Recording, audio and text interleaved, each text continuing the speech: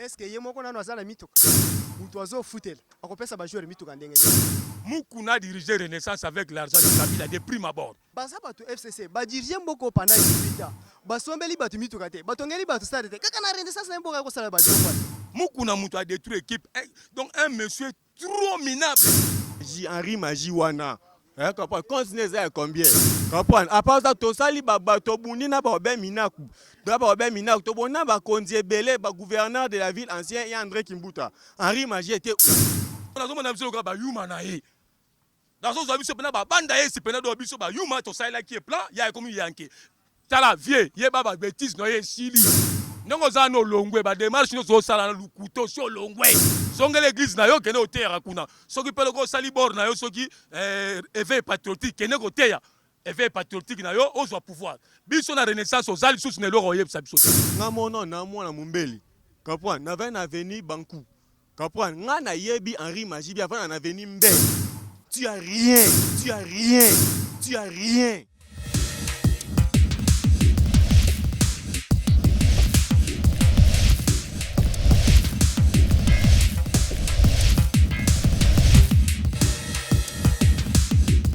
Bandeko balandi Congo actualité tokiti awa na terrain poto sur l'actualité na biso crise eza na kati ya Renaissance du Congo tokosolana bandeko na biso ya Renaissance balekisa biso ma mikolo yoto le cas président ya Conseil Mari président ya Fekofa atako ya tour à tour avec Pascal Mukuna nande na biso Henri Magique au président Pascal Mukuna azolinga otika Renaissance te azobaki Renaissance eza ye Henri Magie azobaki Pascal Mukuna atika Renaissance parce que Renaissance asali 6 ans Renaissance asali loro te na Renaissance Mukuna lobi côté na yekia Henri Magie bana posa boma Renaissance nde boma chaque du Congo tokosolona bandeko bolanda.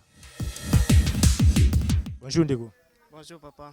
Ndeko tolandi makambo ezoleka na Renaissance du Congo analyse na yo concernant club na biso o bolinga makasi. Nayebi ete Renaissance du Congo eza équipe ya ba supporters et puis eza équipe les plus populaires ya ville ya Kinshasa pe eza équipe les plus populaires ya Congo. Nayebi ete kobima ya équipe ya Renaissance esalaki pe ezongisaki ampleur na makambo ya football congolais.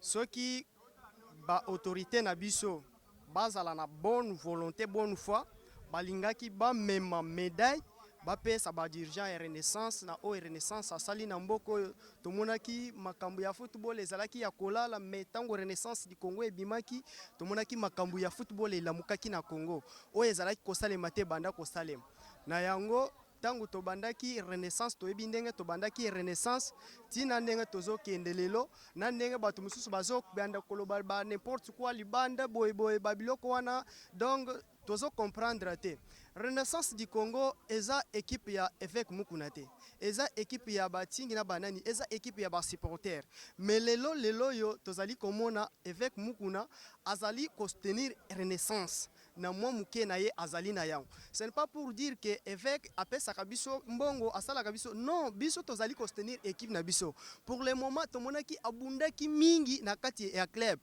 Soki ezala batu mususu bakoki kozala bitumba oyo évêque Mukuna abundaki na kati ya club Renaissance te na souci ya ba autorité mususu ya kati ya mboka oyo na batu mususu na comité ya linafoot na comité ya fédération souci na bango ezalaki ya kuécarter Renaissance mais effort ya évêque asalité te poete Renaissance etele malelo ndenge zotele maboy soki lelo toeki ba soi-disant ba Henri Magie ba Shadari lelo bazali koya na kati ya Renaissance otozo ya Renaissance non biso ba supporter Renaissance tokoki kondima biloko wana te bato wana baza bato ya FCC biso Renaissance toza équipe ya politique te toza ba politicien te toza pe tokoki kokota politique na Renaissance te soki lelo bato bakoki koloba te yazolo babongo kasi évêque Mukuna na ba TV azolo baba makambu ya koti makambu ya politique te évêque akoti makambu ya politique te ele évêque azali koloba bosolo na tinete na kati ya mboka ezali kotambola bien te po mboka ebanda kotambola bien nde azali na souci wana sana ye politicien te parce que bato bazali ko comprendre ye mabe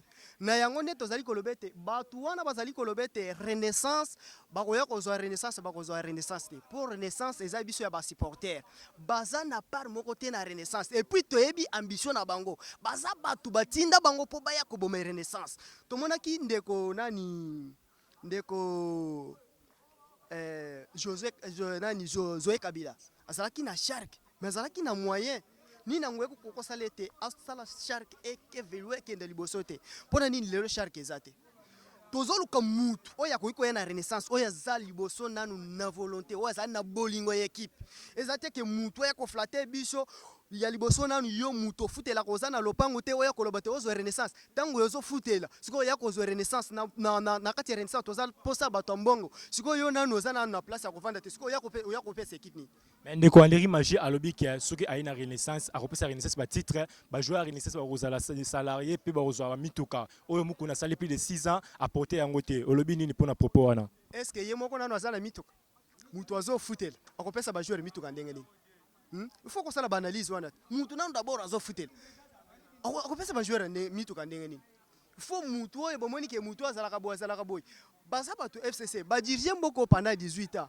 basombeli bato mituka te batongeli bato stade te kaka na renaissance na mboka kosala babiloko wana il faut tout réfléchir babiloko wana to babiloko par sentiment te ndeko na ngai ozo comprendre bato wana toyebi ke bazoya na renaissance po baya ko détruire renaissance mais to kondima babiloko wana te mais ndeko Henri Magie abi parti politique na ye eza rien à voir na makambo ayo sa na renaissance na renaissance ayo ko porter un plus oyo mukuna ça été plus de 6 ans parti politique na ye le bien le côté même ata na renaissance nous n'avons pas besoin ya ba politiciens parce que tomoni ba politiciens belé na ba club ba bebisa makambo ebele lelo toki otele so tali malamu na kinao eza na politicien mon côté na kinao o azwa club amema club tina final azwa pe coupe boité ba politicien bazana makambo na bango bazo uta na bayombo na bango na bambongo ya malédiction bazozo ya mboka bana mboka bazali kokembe bango bazozo mbongo wana po ba ko soutenir ngona équipe tokoki kondima babiloko wana te baluka ba équipe ezebele Dracon eza awa ezoluka président bakoki kozwa ta Dracon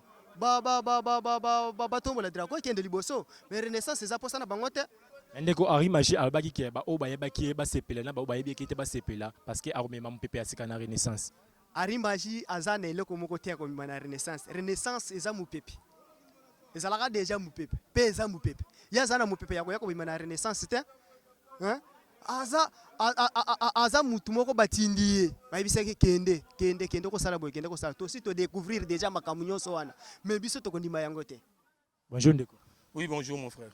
ndeko tomoni mopepe oza na renaissance oyo babengo crise mokuna alobi ke Henri Magie so azwi renaissance akobomongo na bato ya FCC nde babomi Shark du Congo mais Henri Magie alobi ke ye so aye renaissance akomema batitre propos no eza nini entre les deux propos wana Bon, d'abord, merci beaucoup, monsieur le journaliste. C'est une opportunité au PCB Soto Loba, Mokonalelo.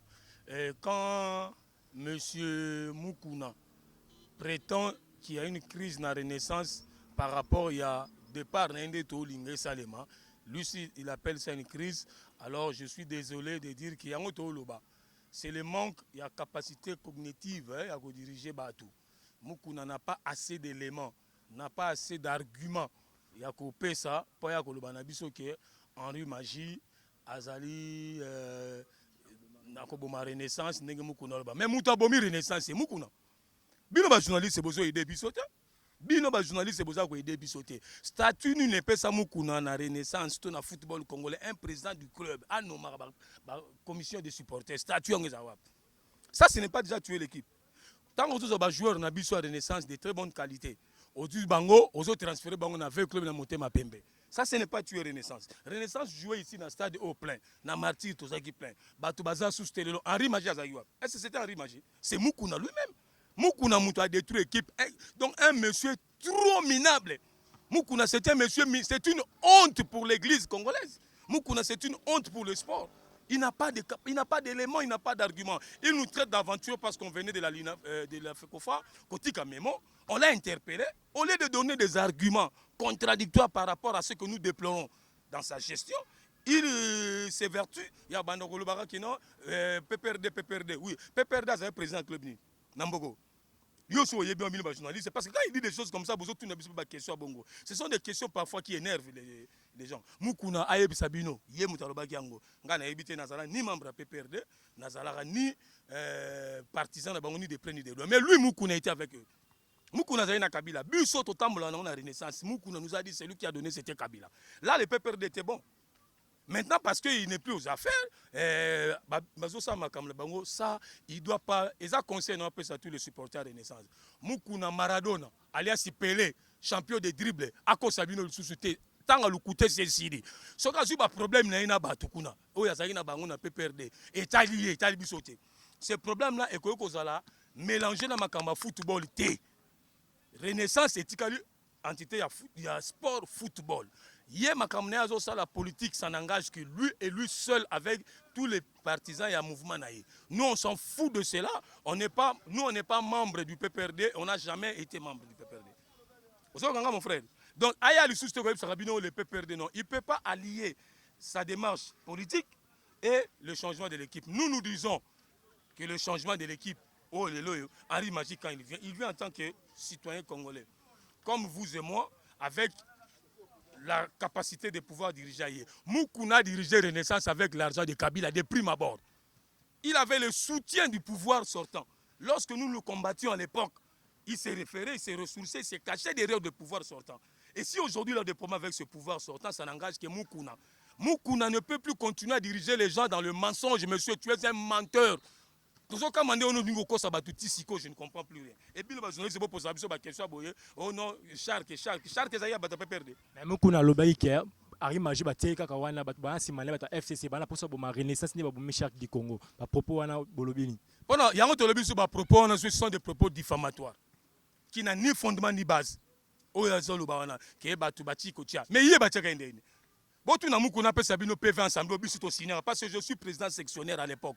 Il y a section pigeon, il y a Yebi, Moukouna Yebi, et Longyo a Yebi en bien. Là, bah, tu n'es pas Yebi.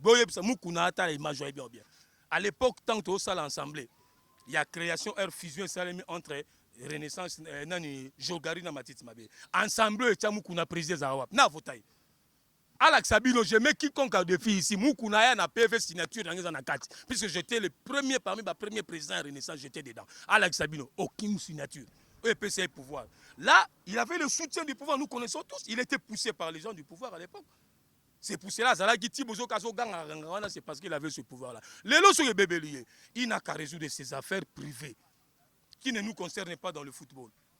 Alors, à quoi ça rabino te boya la question, mais bon, tout n'a rien nous. Avant de répondre, ce qui peut FCC Boma, Renaissance, et bande la place. Pour bien net inga na zamu FCC, bah FCC nous bateau talent et long na ngo. Bah bien on FCC. Et bandane le biso to tika FCC abo la biso équipe. Donc ya zo mukuna zo na biso ko ba yuma na e. Dans zo biso pena ba banda e si pena do biso ba yuma to sai la qui est plan, ya comme yanké. Tala vie, ye baba bêtise no ye sili. Nongo za no longwe ba démarche no zo sala na lukuto so longwe. Zonge l'église na yo kene o terra kuna. Soki pelo ko sali bor na yo soki éveil patriotique kene ko teya.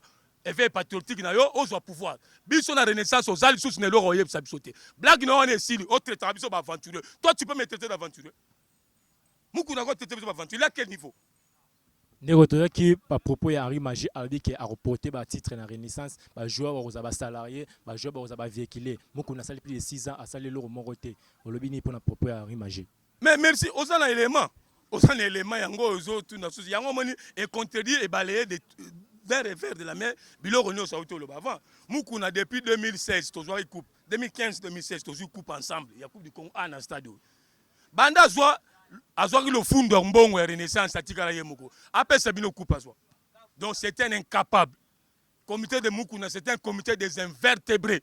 Il a été incapable yango to lobi akende. Oya ye siko apesi ambition na ye ati bar na ye alobi na biso makambo. Tout cela to appuyer yango total soki pa kokite to tieli banda parce que Mukuna nous avons déjà tous vu son incapacité de gérer ce club. Joueur à Malonga zate, salaire à Malonga zate na ba joueur. Soto zuma joueur rabie to koma pépinière à vite na motema pembe. Bakei kuna. Wana nani Mukuna mutateka ba kuna lia ba pourcentage ne biso to comme équipe moni beko na Dragon. Dragon comme kiawa azani suna ba joueur te. Ba particulier ba yaka ba ti joueur Dragon zu ba joueur wana ba sali succès et puis joueur akei. Nde makambe na Renaissance de l'eau. Yango to lobi Mukuna wana moyen te au diriger biso. Avec toi tu suis traité. Preuve tozo beta coupe du Congo à finale na manière équipe utimboka mbala liboso na ville Kinshasa. Ndego biso to talibale ya mwa kala. Mukuna za wane kutute poero na ebite so azawa paza otala bale tia biso to tabale na stade. To mona te équipe Kinshasa coupe pene tele be présent bango pazo la na pongi na stade. Ba otia biso bi yazo la pongi. To raté coupe ba penalty zo kota te yazo la pongi. Donc avec lui, c'est une désolation. Avec Mukuna, c'est la dérive totalitaire dans la Renaissance. La Renaissance, c'est bon la mise. Le discours, c'est un discours haineux. Azolinga cause sa confusion parce qu'il sait qu'il est en perte de vitesse. Mukuna n'a plus le contrôle de ce club. Ayeba yango, to si to bloqué partout. Yango to lobi papa kenda otala. Biso to bet sa Renaissance yo mona. Nde to tombolango et puis on regrette. Là ça est ça Sony mon frère. Parce qu'il sait que sans lui to zo ba titre. Mukuna ebi que sans yé to zo ba titre. Ko ya ala li pongi na tout le message joint limbisang ozangi na stade. Ala la kia na manière menyo. Azola la ba tsabiso ba bia. Ba penalty no zo kota ya olala. Avec une telle personne, vous voulez que tu continues comme président. Et coquille, discours à l'Ukuta, Salawana, oh, Henri Maja, Yegoboma, oh, bah, tapé perdre, Batini, Henri Maji, l'Ukuta. Donc, il y a pas tapé perdre, Batina. Nego comme conseil pour na bateau, bah supporter signer sur eux, bah croire que moko na rosa la sous et le reçu na Renaissance, bah repasser sous chance. Au lobby pour na bango poto si ça na. Tes supporters m'ont croire que go pesa sous moko na chance. Et zande association moko boye ethnique, ethno-tribal. Ça ce sont des choses qu'on doit commencer à se les dire ici en vérité. Et ça moi curieux moi ba to église na ye, oh ya utanga na bonne église ba ya na Renaissance. To ba to utanga ti pepele na nganda jika nde bazana simana ye, mais les vrais supporters ba uti SDSMP biso ba oyo. On n'a plus de chance à donner à Mukuna. C'est fini. Monsieur est mal barré. Ayebi que c'est Sili. Et le Roya Rosa ya Sikeza. Te pompata. Azana mbongo te à diriger l'équipe. Lukuta te vérité angwana. Ana mbongo somba grand joueur. Te tomo naga wa saison mi balé le kiao. Et te kiam. Ake mote ma pembe. Alata varus à salle d'entraînement. Mais général a tellement ya 20 000 à récupérer. Bazong Simbo. Sans Mukuna incapable de le faire. Na minute na lobano si dibe azana dering. Son Mukuna penoza makasi, oza mpata kezwaye. Donc c'est la Renaissance totale, il n'est pas capable. Et bon Moutabo to va pour nanine. Supporter ne soit Renaissance, yoganga malam. Je suis votre président élu à bas supporter. Je vous dis ceci, monsieur Mukuna a prouvé ses limites intellectuelles, financières et matérielles. Il y a géré qui pour Renaissance et coquille. Vous ne pouvez plus l'accorder même une seule seconde, il y a chance de s'assuster. Il ne le mérite pas simplement parce qu'il a trahi Ribiso na salle des martyrs. Bazo Tchabiso ba penalty, ba tirobi, ya olala. À mon même pas dans sa coupe. Donc c'est un monsieur qui est en train de nous trahir une équipe. Ngonge Koki a joué joueur na biso, après ça on a monté ma pembe, après ça on a vita. Ngonge Koki a kende na ye, mutu musuya ya. Lobaga so équipe ya sala ngona seka. Soka sala na seka te mon frère. Je vous dis qu'il est partant. Discours nyo sa joa nango ya kotsa en na mitu abatu. Oh PPRD, le PPRD n'a rien à voir ici. Soka ça pas problème na ye, je répète.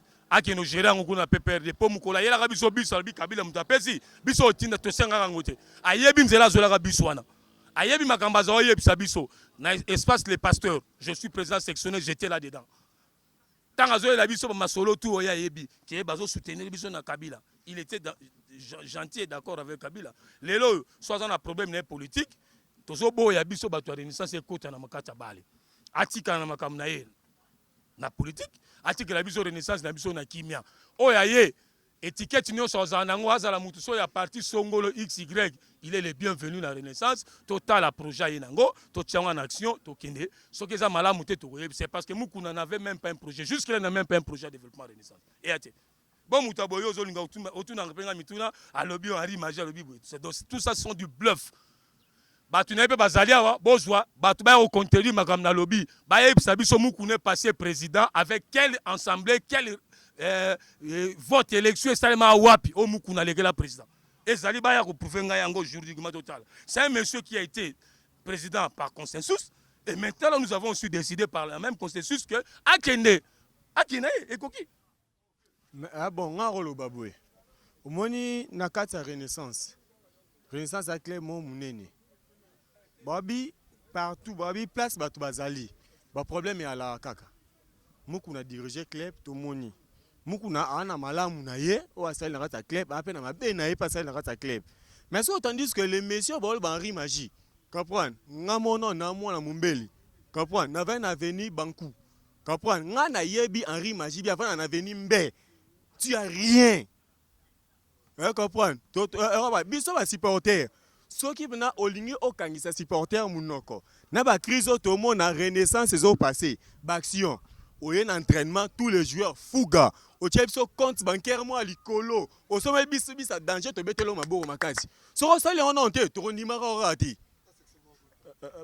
biso eloko ndesi nga na déployer c'est ça pour supporter alingaka évolution quand même mukuna ataza mabe na ye mais quand même na ke équipe a beti moins 50 francs monana. Mais il y a Bimkuna, ça depuis de 6 ans, il a monté à porter la renaissance. Mais il y a reçu la PC renaissance, bah jouer aux salariés, bah véhiculer, bah jouer à Moussou, bah on par-ci par-là, bah club Moussou Ezate, soit il y a comme président. Ah bon, merci bien pour la question. Moi na ba club nyos ouais, joueur à vendre l'éternalité. Comprends? Ah na Congo te bi ke Mazembe likolo. Mais ce joueur qui mama Mazembe okende. Tozo mona ra ah na Congo ah te bi ke ah na kapita bi ke avec club likolo. Joueur qui m'a avec club to mona ba okende. Joueur à Kendaka. C'est standing à club. Le début a toujours été difficile. Mais malin, l'équipe revanda. Mais Henri Magie, wana. Continue à combien? Comprendre. À part ça, tout ça, li baba to bundi na ba ben minaku. D'abord ben minaku. To bona ba konzie belé, ba gouverneur de la ville ancien et André Kimbuta. Henri Magie était où? Atam kuna ma ben na pour la crise pour la club to boite ga amutu. Et moi na fort après na faible naï mais so Henri Magie ton to bunda et là après na côté la rabiso ba segwana allez quand tu vas regarder na côté la renaissance pour na boy pour aussi ba disqualification à saison all tout monde après Henri Magie zani ça veut dire ça d'accord na mukuna na lobby que Henri Magie na ba tu ya bande connaît FCC ba yo bo renaissance ba bomi chaque bon nga lobby te que FCC ba bomi chaque to alinité soit linga comme président renaissance un ndemo officiel. Comprendre? Aya ndemo officiel senga nini avant comme président et senga na kende na postule ndeni na sa bu wana to kobeta mabuko soki na nous oyena ndengo officiel qui est vraiment comprendre là vraiment je doute. Comprendre? Là ils sont des anti-valeurs oh ben professeur na massacre ya benga comprendre tu viens par donc pas net ndenga violence comprendre et là on sommes dans un ndenga développement comprendre sommes dans un ndenga développement de un d'abord c'est en alternance aya ndemo normal. À l'élection, il y a bimi, bah ça l'alternance dans Mukunda, là ça va. Pour tu as preuve. Ceux qui ba preuve ezana nous té. Voilà non va toi non d'accord t'es papa Henri Magie. Na ebi bien, ngana moi na Mombele, yo pas moi Mombele. Conseil ni européen ça na bande kuna fibo ba Zolanda. Ah bon, conseil moko o ngana pete bande na fibo. Tous à la concentrer semaine, tous à match dimanche contre DSMP. Tous à la calme, total na nous intérêt équipe championnat et à Mobesu. Toi na ligne bien, toi na position bien, tu qui en Afrique. Toi tu as osa distraction, on bien, on toi concentré avant match à derby. So tel bien, ba problème est là, biso to comme à la veille à match à derby, ne ba problème est yaka. Yanga to qui peut ngote eza dérangement, toi à la concentrer pour tomber ta match à derby.